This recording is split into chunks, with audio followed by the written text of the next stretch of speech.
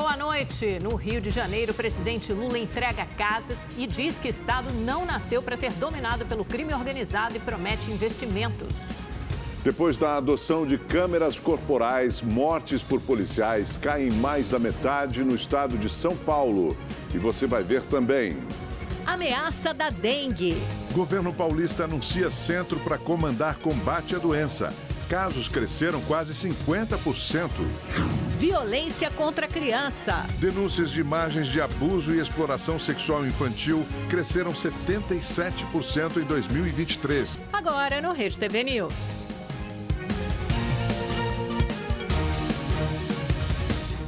Denúncias sobre circulação de imagens de abuso e exploração sexual infantil na internet subiram 77% em 2023. Os dados são da ONG SaferNet Brasil, que atua no combate a crimes e violação dos direitos humanos no ambiente digital. Cenas como esta são cada vez mais comuns.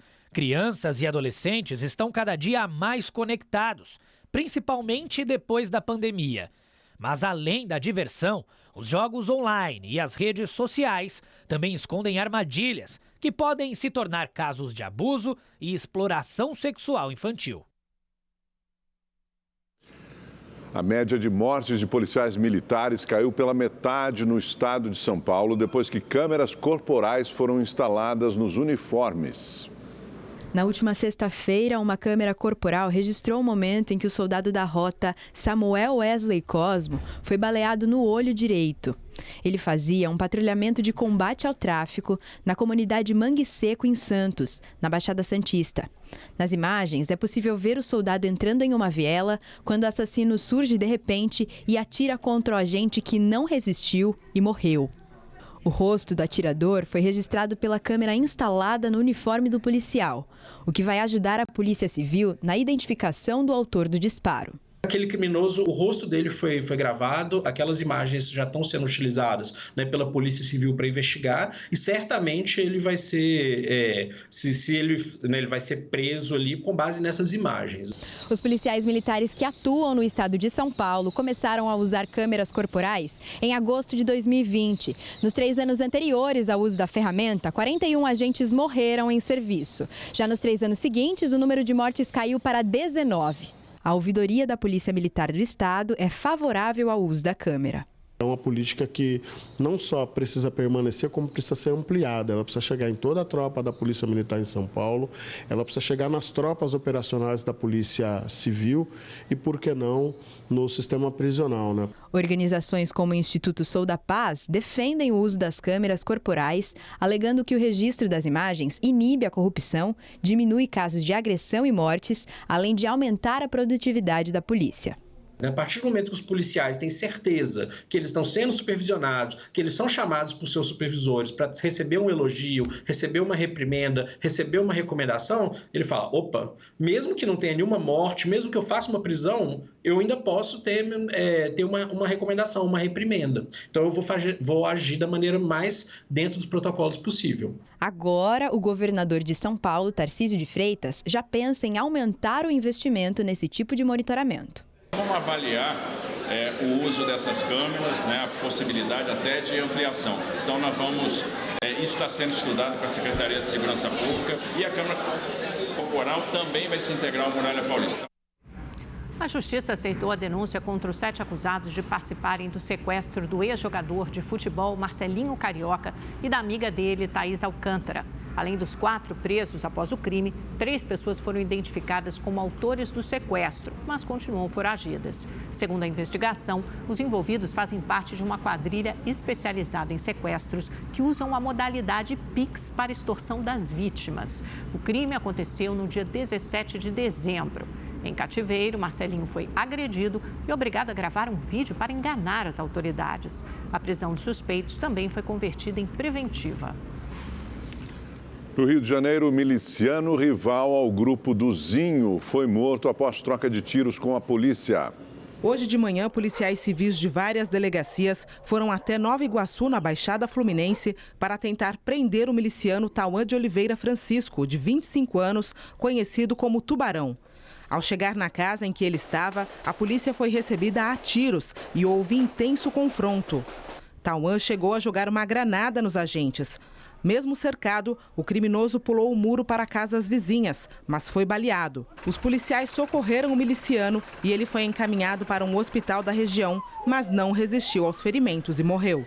Tauan era monitorado pela polícia há meses por ser uma liderança da narcomilícia na Baixada Fluminense. Ele promovia confrontos com o grupo de Luiz Antônio da Silva Braga, o Zinho. A polícia acredita que com a morte dele, o número de homicídios na região deve diminuir. Ele também era investigado lá na DHBF pela prática de vários homicídios, ou cometidos por ele diretamente, ou então a mando dele. Certamente, com essa prisão de hoje, a gente vai conseguir reduzir ainda mais o número de homicídios. Tubarão fez parte da milícia do Zinho até dezembro de 2022. Em janeiro do ano passado, ele se aliou a traficantes de Nova Iguaçu e Seropédica e passou a fazer parte da milícia local. Na tentativa de expandir os territórios, os criminosos travavam disputas com o grupo comandado por Zinho. Ele era não só o líder dessa organização, como ele instruía o revide por toda a sua tropa. A Polícia Civil prendeu 9 suspeitos de integrar uma quadrilha que furtava peças de carro de um depósito público na zona oeste do Rio de Janeiro. Segundo os investigadores, o grupo agia à noite, retirava peças de carros apreendidos e depois revendia ilegalmente. O caso foi descoberto depois que motoristas notaram a falta de partes dos carros quando iam retirar do depósito e fizeram a denúncia.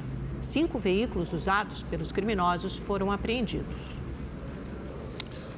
Uma operação conjunta das Polícias Civil, Militar e Penal do Paraná cumpriu hoje, em 5 estados, 103 mandados contra uma organização criminosa acusada de tráfico de drogas, homicídios e furtos em Queda do Iguaçu, no oeste paranaense. A mega operação foi deflagrada depois dos registros de 19 homicídios e 11 tentativas no município que tem cerca de 30 mil habitantes. Segundo as investigações, os crimes estão ligados a disputas pelo monopólio do tráfico na região. A polícia ainda procura os bandidos que invadiram armados um prédio da Prefeitura de Rodeiro, que fica no interior de Minas Gerais. O crime foi registrado por câmeras de segurança. A imagem do lado de fora do imóvel mostra a chegada dos 4 criminosos no almoxarifado da prefeitura. Usando máscaras, eles renderam 2 funcionários que foram amarrados em cômodos separados. Depois de procurar objetos de valor, o grupo fugiu levando um carro. Durante as buscas, a Polícia Militar conseguiu encontrar o veículo na cidade vizinha de Ubá. Nenhum dos suspeitos foi localizado. A Polícia Civil abriu uma investigação e tenta identificar os envolvidos. Um avião teve que fazer um pouso de emergência na tarde de hoje em Guarulhos, depois de perder uma das rodas na decolagem no aeroporto Santos Dumont, no Rio de Janeiro. O voo, que tinha Congonhas como destino, foi desviado para o aeroporto com pistas maiores para o pouso. Apesar da ausência da roda, a aterrissagem foi realizada em segurança. Segundo a companhia, a aeronave passou por manutenção corretiva e os passageiros receberam a assistência necessária. Mais de 3 mil celulares foram apreendidos em presídios brasileiros. Esse é o resultado da terceira fase de uma operação realizada pela Polícia Penal em todo o país. As vistorias nos presídios foram feitas com cães farejadores. Eles não demoraram muito para achar o que procuravam. Tinha celular escondido em todo lugar. Colchões, paredes, dentro das celas. Aqui, ó. Achei esse pacotinho. Policiais penais, federais e estaduais atuaram em mais de 100 presídios espalhados por todos os estados para combater a comunicação entre quem está preso e integrantes do crime organizado. Fechamos em menos de 120 dias as 3 operações, contabilizando aproximadamente 3 mil aparelhos celulares retirados das unidades prisionais, mas o que é mais importante era um alinhamento das polícias penais dos 26 estados e do Distrito Federal em prol do controle e do cessamento de comunicações ilícitas através do ambiente prisional. E, naturalmente, evitar que exista uma expansão dessas organizações criminosas. A Secretaria Nacional de Políticas Penais do Ministério da Justiça faz o acompanhamento periódico das ações de fiscalização. Após o início das operações, não foram mais encontrados aparelhos celulares em 8 estados. A secretaria também identificou uma redução de outros tipos de ocorrência. E esses resultados já são obtidos em vários locais, em vários estados, com quedas de criminalidade, redução de homicídios e um melhor controle e aí sim, uma melhor execução penal. A Comissão de Segurança Pública do Senado aprovou o projeto de lei que restringe a saída temporária de presos em feriados e datas comemorativas. A proposta é a saída de presos em regime semiaberto para trabalho e estende a proibição do benefício para aqueles que cometeram crimes com violência ou grave ameaça. A legislação atual só nega a saída para crimes hediondos. A proposta já foi aprovada pela Câmara e ainda precisa passar pela Comissão de Instituição e Justiça do Senado. O homem que propôs fazer uma vaquinha a fim de contratar um mercenário para dar no presidente Lula disse à Polícia Federal que as declarações são postadas nas redes sociais apenas como um desabafo. O rapaz, de 19 anos, foi alvo de uma operação realizada hoje pela Polícia Federal. A Justiça Federal, no Espírito Santo, autorizou a busca e apreensão do celular e do computador do jovem, que não teve a identidade revelada. Ele é investigado pelos crimes de ameaça e incitação ao crime. O Supremo Tribunal Federal condenou mais 29 réus pelos atos golpistas do dia 8 de janeiro de 2023. As penas variam entre 14 e 17 anos de prisão. E os acusados devem participar do rateio para pagar 30 milhões de reais de multa por danos morais coletivos. Os réus foram condenados pelos crimes de abolição violenta do Estado Democrático de Direito, golpe de Estado, associação criminosa, dano qualificado e deterioração do patrimônio tombado. Ao todo, o Supremo já condenou 59 pessoas por envolvimento nos atos. Parlamentares dos partidos Rede Sustentabilidade e PSOL vão protocolar um pedido de cassação do deputado federal Alexandre Ramagem, do PL, no Conselho de Ética da Câmara dos Deputados. Ramagem é investigado por suspeita de participar em um suposto esquema de espionagem paralela na Agência Brasileira de Inteligência, a ABIN. Pelo menos 17 parlamentares assinaram o ofício que pede a cassação do deputado Alexandre Ramagem, do PL do Rio de Janeiro. Eles alegam que o ex-diretor-geral da ABIN teria violado os princípios da legalidade, moralidade e impessoalidade na agência. Interlocutores da Câmara dos Deputados afirmam que os agentes encontraram documentos sigilosos e até notebooks da ABIN na casa e no gabinete do parlamentar. Ele teria informações privilegiadas de adversários políticos do ex-presidente Jair Bolsonaro. No documento, que deve ser protocolado amanhã no Conselho de Ética, os parlamentares da Rede e do PSOL alegam que é inaceitável no Estado Democrático de Direito a instrumentalização de órgão público para perseguição política. E citam que a PF identificou uma organização criminosa dentro da ABIN com a intenção de monitorar ilegalmente pessoas e autoridades. Tudo teria acontecido sem autorização judicial. Ele agiu ao ocupar um cargo público contra a própria República Brasileira. Não se trata de uma ABIN paralela, mas do uso da estrutura da ABIN para cometimento de crimes. Isso, na nossa opinião, é inaceitável e incompatível com a democracia. A ABIN afirmou que pessoas que não exercem mais funções na agência não podem ter acesso a qualquer dado. De acordo com as investigações, além de ter acesso a documentos sigilosos da ABIN, Alexandre Ramagem teria autorizado que servidores da agência usassem uma ferramenta de espionagem para vigiar os adversários de Bolsonaro. Entre as pessoas monitoradas estariam os ministros Alexandre de Moraes e Gilmar Mendes. Ramagem foi alvo de busca e apreensão da Polícia Federal no dia 25 de janeiro. Os policiais cumpriram os mandados no gabinete do deputado no Congresso Nacional e na casa onde ele mora, no Rio de Janeiro. Em meio à tensão entre o Palácio do Planalto e o Congresso, o novo ministro da Justiça, Ricardo Lewandowski, reuniu-se com o presidente da Câmara dos Deputados, Arthur Lira. O repórter Igor Damasceno tem os detalhes. Oi, Igor, boa noite. Depois daquela crise de ontem, né, os recados de Lira dizendo que o Planalto não cumpre acordos com os deputados, foi mal recebido pelo Planalto, mas parece que o Lewandowski agiu quase como um bombeiro aí para apaziguar a relação. Conta pra gente. Amanda, boa noite a você, também ao Augusto, boa noite a todos que nos acompanham. Esse encontro foi agora há pouco, a portas fechadas, no gabinete da presidência da Câmara dos Deputados. Na chegada, o ministro Ricardo Lewandowski disse que aquela era uma visita cortesia ao presidente da Câmara dos Deputados, Arthur Lira. Inicialmente, o encontro seria no Ministério da Justiça, mas, segundo parlamentares da base, a vinda de Lewandowski ao Congresso foi um aceno de gentileza entre políticos. É que, como você bem disse, Amanda, o discurso de Arthur Lira na volta das atividades legislativas soou como uma indireta ao governo federal. Isso porque o governo vetou cerca de 5 bilhões de reais do orçamento para as chamadas emendas de comissão.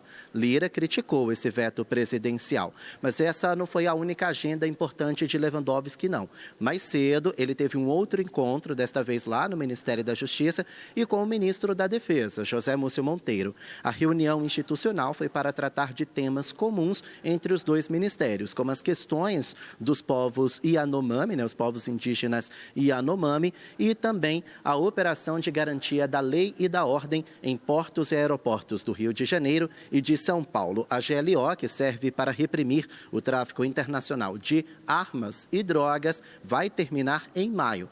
O governo federal avalia prorrogar essa operação. Só que os dois ministros disseram que essa decisão só vai ser tomada depois do Carnaval. Voltamos ao estúdio. Obrigado, Igor. A Procuradoria-Geral da República recorreu da decisão do ministro Dias Toffoli do Supremo Tribunal Federal de suspender a multa bilionária aplicada ao grupo empresarial JF e pediu ainda que o caso vá a plenário. A companhia foi investigada durante a Operação Lava Jato e fechou um acordo de leniência no valor de 10 bilhões de reais. Toffoli suspendeu o pagamento até que a empresa analise todas as mensagens apreendidas na Operação Spoofing, que investigou o vazamento de conversas de autoridades que atuaram na Lava Jato. A Procuradoria-Geral da República argumentou que não existe conexão entre a ação que discute o acesso às mensagens e o pedido feito pela JF. O presidente Lula anunciou investimentos na área da saúde e da educação em visita ao Rio de Janeiro. O repórter Tony Vendramini acompanhou e traz as informações para a gente ao vivo, direto do Rio. Boa noite para você, Tony. Quais foram os compromissos do presidente Lula por aí? Boa noite, Augusto. Boa noite, Amanda. Boa noite a todos que nos acompanham. Bom, em Belfor Roxo, na Baixada Fluminense, Lula inaugurou uma escola municipal que leva o nome de Arthur Araújo Lula da Silva, neto do presidente que morreu em 2019, aos 7 anos, vítima de uma infecção bacteriana. Depois, ele subiu ao palco montado em frente à prefeitura e anunciou obras. Ao lado da ministra Nízia Trindade, da Saúde, e do prefeito Vaguinho de Belfor Roxo, Lula descerrou uma placa da construção de um hospital oncológico para o município, um investimento de 40 milhões de reais. Em seguida, anunciou a liberação de mais 15 milhões para a construção da sede definitiva do campus Belfor Roxo do Instituto Federal do Rio de Janeiro, que desde 2016 funcionava em um espaço improvisado. Ao discursar, Lula defendeu o investimento nas escolas técnicas e também nas bolsas de incentivo financeiro para os estudantes de baixa renda do ensino médio. Vamos ouvir. Tem muita gente que fala assim para mim: ô Lula, você está gastando dinheiro, dando dinheiro para essa molecada. Eu falo: não, gastar dinheiro eu estou gastando. Quando eu tiver que fazer cadeia para colocar esse moleque, eu tenho que fazer escola e gastar dinheiro na escola. Quando eu estiver colocando ele na escola, eu estou garantindo que ele não vai para o narcotráfico, eu estou garantindo que ele não vai para o crime organizado, eu estou garantindo que ele não pratica o delito, eu estou garantindo que ele vai ser orgulho do pai, da mãe e dos irmãos dentro de casa. Mais cedo, Lula esteve em Magé, também na Baixada Fluminense, onde entregou apartamentos do programa Minha Casa Minha Vida a famílias de baixa renda. O Lula disse que não vão faltar investimentos no Estado e também que o Rio não nasceu para ser dominado pelo crime organizado. Vamos ver na reportagem da Natália Fonseca.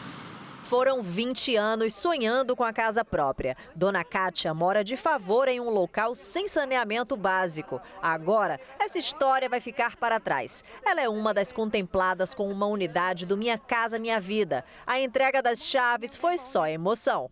É muito tempo que eu estava esperando. Mas, graças a Deus, consegui. É tão bom, entendeu? Para mim ter a minha casinha. Assim como Dona Kátia, mais de 3.300 pessoas foram beneficiadas com uma moradia nova nos residenciais Lírio do Vale e Lotus, em Magé, na Baixada Fluminense. São 832 apartamentos com 44 metros quadrados. Os conjuntos já contam com água potável, esgoto, pavimentação e energia elétrica. Foram investidos aproximadamente 52 milhões de reais. O projeto é uma parceria do governo federal com o município. Na manhã de hoje, o presidente Lula, acompanhado da primeira-dama Janja, entregou as chaves para os novos moradores e criticou a demora na conclusão das moradias. As obras estavam atrasadas desde 2017 e só foram retomadas em maio do ano passado. Governar é uma coisa chique. E eu não quero governar, eu quero cuidar das pessoas que precisam ser cuidadas. Uma pessoa que tem um bom emprego, uma pessoa que ganha um bom salário, não precisa do governo. Não precisa do governo. Quem precisa do governo é o povo mais humilde desse país. E quero que vocês escutem bem. Minha casa tinha 33 metros quadrados. Não era 35, era 33 metros quadrados. E eu fui morar nessa casa com mulher, 3 filhos, uma sogra e 2 cachorros. Eu sei o que é viver em casa pequena. E é por isso que eu tenho dito para os companheiros do Ministério e da Casa: é preciso melhorar a qualidade da casa. É preciso que a gente trate com respeito as pessoas pobres. Durante o discurso, o presidente também prometeu aumentar os investimentos no Estado e anunciou a construção de um instituto profissionalizante no município de Magé até 2026. Eu quero que o filho de vocês aprenda uma profissão, para ele poder virar cidadão de primeira classe, para ele poder construir a sua família, casar, ter filhos, ter uma casa e dar dignidade à família. Vamos investir no Rio de Janeiro mais do que todo e qualquer outro presidente da República já investiu. Porque esse Estado aqui não nasceu para sair nas páginas policiais, não nasceu para ser dominado pelo crime organizado. O evento também contou com a presença da ministra da Igualdade Racial, Aniele Franco, do ministro em exercício das cidades, Helder Melilo, do governador do Rio, Cláudio Castro, do prefeito de Magé, Renato Cozzolino, entre outras autoridades. De forma inédita, um presidente da República visita o município de Magé. Isso jamais aconteceu aqui no nosso município. Isso demonstra o quanto o senhor prioriza o estado do Rio de Janeiro, mas principalmente a Baixada Fluminense. Entre as famílias que vão morar no local, mais de 500 são beneficiárias de programas assistenciais do governo federal, como o Bolsa Família ou benefício de prestação continuada. E por isso não vão pagar nada pelos apartamentos. Uma dessas pessoas é a Andréia. Mãe de 6 filhos, está cheia de ideias para o novo lar. O quartinho do meu sonho é imobiliar direitinho. 7 anos. Hoje é o dia da vitória, estou muito feliz por isso. O Pietro, de 11 anos, também comemorou. Eu, minha mãe, orava todo dia e agora a gente ganhou. Só felicidade. Só felicidade. É isso. O governo de São Paulo vai investir 200 milhões de reais no combate à dengue. Essa foi uma das ações anunciadas hoje, após o número de casos da doença crescer quase 50%. No Palácio dos Bandeirantes, o governador em exercício, Felício Ramute, assinou o decreto que cria o Centro de Operações de Emergências de Combate ao Aedes aegypti. O grupo será coordenado pela Secretaria de Saúde e vai destinar 200 milhões de reais aos 645 municípios para o enfrentamento à dengue. Para investimentos em saúde, na sua rede de emergência, também para que eles possam ampliar a ação com os prefeitos e prefeitas das nossas cidades. Eles, de fato, conhecem a realidade da sua cidade.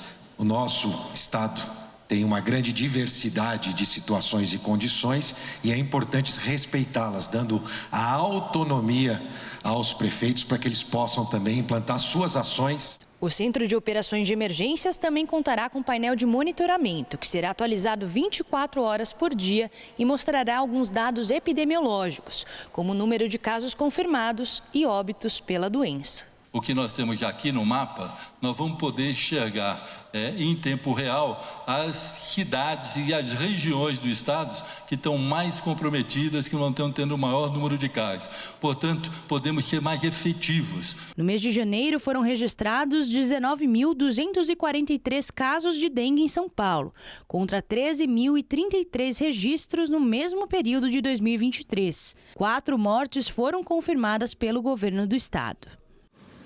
E a Qdenga, vacina contra a dengue, será limitada na rede privada. O laboratório japonês Takeda afirmou que a prioridade é atender quem tomou a primeira dose e assim cumprir o esquema vacinal. Depois da explosão de casos da doença, o imunizante será aplicado apenas pelo Sistema Único de Saúde, o SUS. O objetivo da empresa é atender a demanda no Ministério da Saúde, que vai definir as estratégias de distribuição. Os Ministérios Públicos de Santa Catarina e Minas Gerais abriram investigação contra os governos dos estados por não exigirem carteira de vacinação para os estudantes da rede pública. Segundo o MP, a decisão é inconstitucional.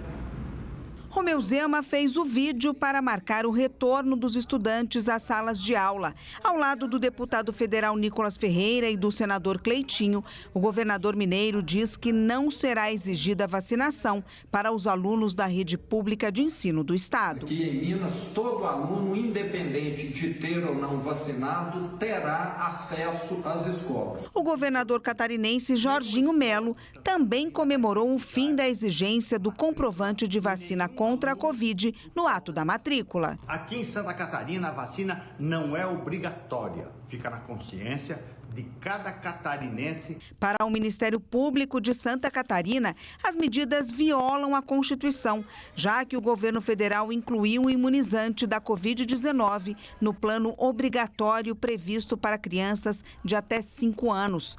O MP de Minas também analisa uma denúncia contra a fala do governador Romeu Zema.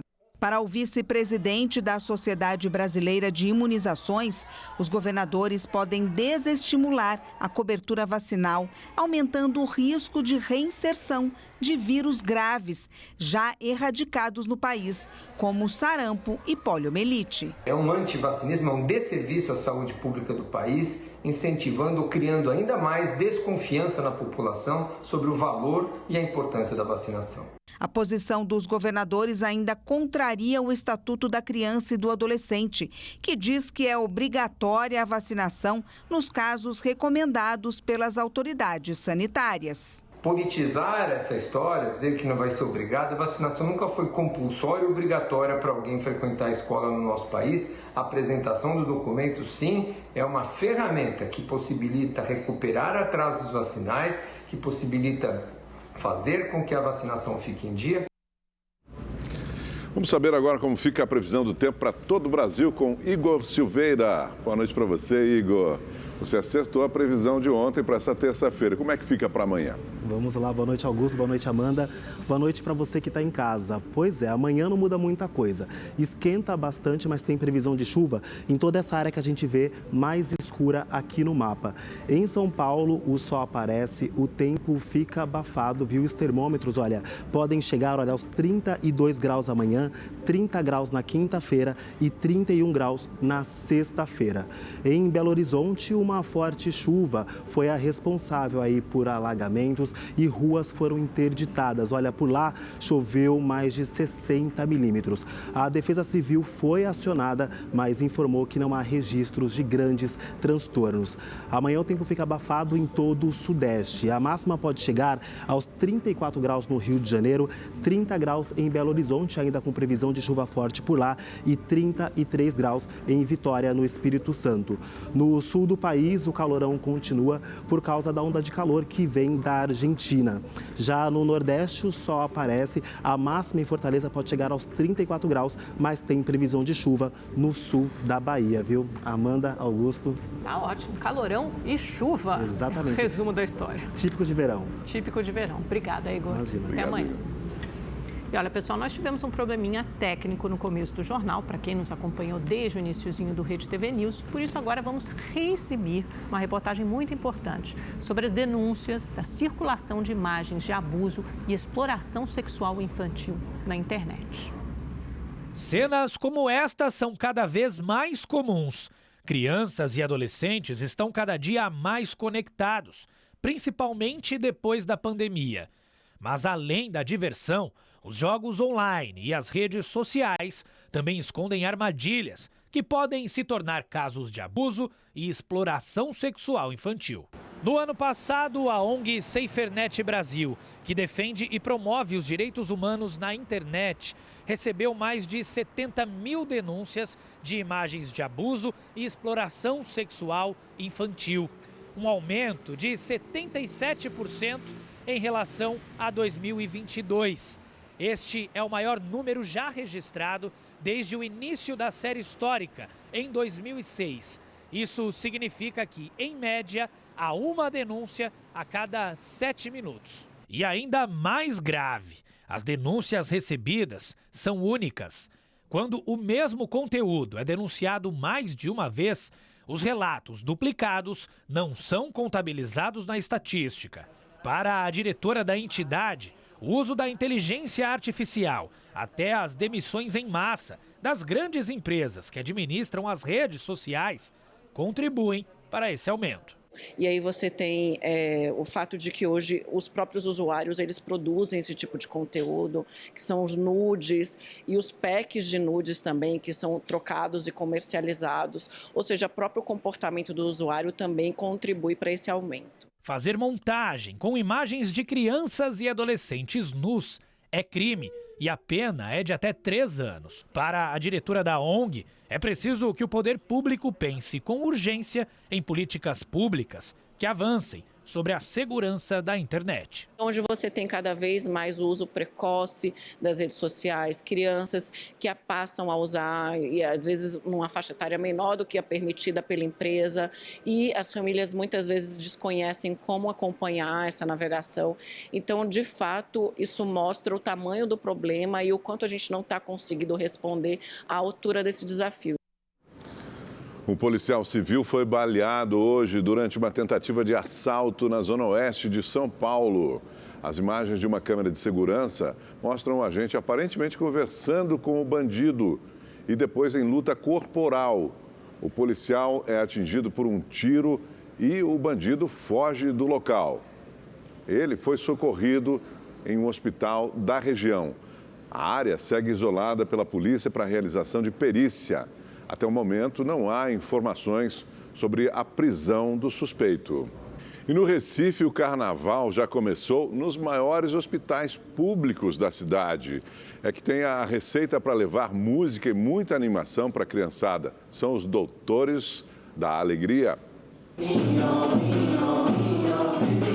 Quem disse que hospital não é lugar para carnaval, certamente não conhece essa turma animada. O bloquinho Miolinho Mole, comandado pelos Doutores da Alegria, desfila por corredores e alas dos maiores hospitais públicos do Recife. Eles levam alegria para muitas crianças que estão em tratamento. Olha, veja só, o miolinho mole vem de miolo. Tem gente que tem miolo mole e tem gente que não tem miolo mole. Aqui no hospital a gente faz de tudo para todo mundo ter um miolo mole dos miolos moles e os miolinhos moles dos miolinhos moles, entendeu? O bloco Miolinho Mole está na 17ª edição e leva alegria aos hospitais do Recife ao som de frevo, ciranda e mangue beat, ritmos que todo recifense conhece muito bem desde muito cedo. As tradicionais músicas do carnaval recifense aqui ganham uma nova roupagem. É que os palhaços tocam ao vivo músicas autorais e versões engraçadas. O caminho é que se vê, a enfermeira melhor pra chamar, tem a hora certa de trazer.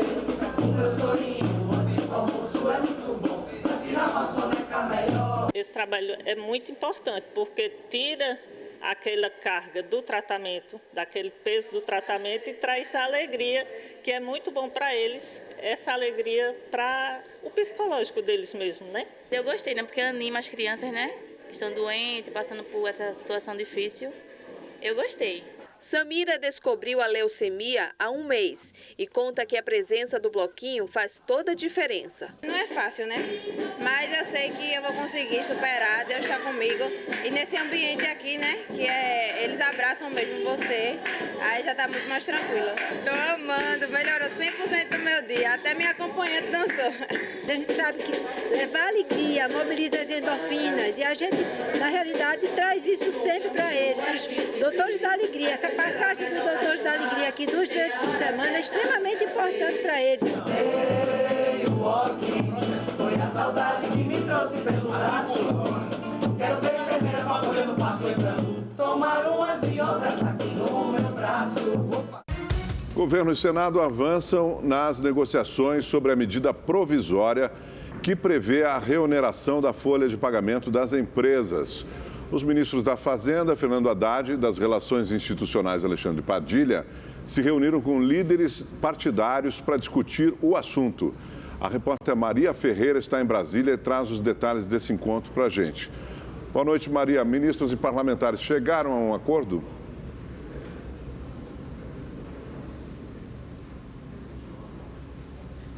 Chegaram. Boa noite, Augusto. Olha, a gente está com um probleminha no nosso link com a Maria em Brasília, mas vou dar as informações aqui. Olha, o governo deve retirar da medida provisória o trecho que fala da reoneração da folha de empresas e da reoneração dos municípios. Então, isso sai da medida provisória. As mudanças no programa emergencial de retomada do setor de eventos, conhecido como PERSE, e as alterações na compensação de débitos tributários continuam nessa medida provisória. A reoneração da folha das empresas, daqueles 17 setores da economia, que era a parte mais controversa, mais polêmica, será reenviada ou deve ser reenviada ao Congresso, mas tudo isso na forma de um projeto de lei com pedido de urgência. O líder do governo no Congresso, o senador Randolfo Rodrigues, disse que os detalhes dessa negociação ainda serão definidos pelo presidente Lula. Mas o autor do projeto, o senador Efraim Filho, está otimista. Vamos ouvir. Ficou claro na mesa, conforme encaminhado, né, pela liderança, de que esse tema não estava sendo bem recebido pelo Congresso. Era uma forma de se tentar impor uma agenda e o projeto de lei, esse sim, seria o melhor caminho por pressupor diálogo, debate e votos. Ainda terá o próprio ministro Haddad e o ministro Padilha submeterão ao presidente da República para um encaminhamento final para a solução, mas houve no âmbito das lideranças presentes um acordo no método, no encaminhamento dessa natureza. E hoje pela manhã, o ministro Fernando Haddad cobrou colaboração do Congresso no controle das contas públicas. Em um evento em São Paulo, Haddad disse que o Legislativo precisa fazer a parte dele, aprovando as medidas que ajudam no ajuste fiscal. Era uma meta do governo, né? Hoje é uma meta do país, porque está numa lei, né? Está na Lei de Diretrizes Orçamentárias. Então foi chancelada pelo Congresso Nacional. Pronto, está resolvido. Agora, o resultado não vem por passe de mágica, depende de vários fatores, como, por exemplo, a apreciação das medidas que o governo manda para o Congresso. Então, o resultado primário, ele depende do Congresso Nacional. Os juros do rotativo do cartão de crédito para pessoas físicas ficou acima de 440% em 2023. Os dados são do Banco Central. Em janeiro deste ano, passou a valer uma nova medida do governo que limitou esses juros do rotativo a um valor equivalente a 100% da dívida. O novo teto deve ajudar a reduzir a taxa de juros cobrada no cartão e a reduzir também a inadimplência. E o Banco Central divulgou a ata do Comitê de Política Monetária relativa à reunião da semana passada, quando cortou a Selic de 11,75% para 11,25% ao ano. Essa é a quinta redução consecutiva da taxa básica de juros. O comitê sinalizou que deve manter a redução de 0,5 ponto percentual nas próximas reuniões. A ata destaca ainda que o cenário internacional está mais desafiador por causa das pressões inflacionárias. Para o Copom, a economia brasileira está em desaceleração, mas isso pode mudar em função do aumento da renda das famílias. E o Rede TV News fica por aqui. Muito obrigada pela sua companhia. Amanhã voltamos pontualmente às 7h15 da noite com muito mais notícia e informação para você. Boa noite e até lá. Obrigado pela sua companhia. Boa noite.